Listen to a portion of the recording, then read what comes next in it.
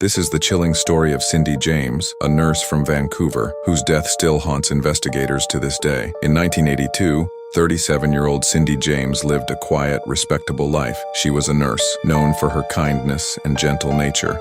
But soon, her life turned into a nightmare. Cindy began receiving strange phone calls, heavy breathing, whispers, and threats like, "You'll soon be dead." At first, she brushed them off, but then the calls turned into physical attacks. Her friends started noticing her fear. Windows were smashed, her phone lines were cut, and her dog was found strangled with a cord, but somehow still alive. Police began investigating, but every time they arrived, there was no trace of the stalker. Cindy said she saw a man watching her from a distance, but no one else ever saw him. They started to doubt her. Some thought she was imagining things, but then came the first attack. In January 1983, Cindy was found semi-conscious, with a nylon stocking tied tightly around her neck. She told police she had been attacked from behind and injected with something, but there were no fingerprints, no clues, and no suspect. The police began suspecting Cindy herself, thinking she might be doing it for attention, but her family and friends said she was genuinely terrified. Who would do this to themselves for years? Over the next 7 years, Cindy reported more than 100 incidents, calls, break-ins, assaults. Her house was repeatedly vandalized. Once she was found with her hands and feet tied behind her back, yet somehow police said she could have done it herself. Cindy even changed her name, moved homes, and quit her job, but the harassment continued wherever she went. By 1989, Cindy was emotionally drained. She told her friends, "I know who's doing this, but I can't tell you. I'll handle it myself." Those were her final words before disappearing. 2 weeks later, her car was found abandoned in a neighborhood parking lot. Inside were groceries and her wallet. Under the car, bloodstains. 2 weeks after that, Cindy's body was found in a nearby abandoned house yard. Her hands and feet were tied behind her back. A nylon stocking was around her neck, the same method used in her earlier attacks. Beside her were empty morphine syringes. The police ruled it a suicide, but how could she tie herself up like that and inject morphine before dying? Her family called it murder. To this day, no one knows who stalked Cindy James, or if it was ever real at all. Was Cindy the victim of a relentless stalker, or the victim of her own mind? Even decades later, her case remains one of the most debated mysteries in Canadian history. One thing's for sure, Cindy James spent her final years living in constant fear, and whether the threat was real or not,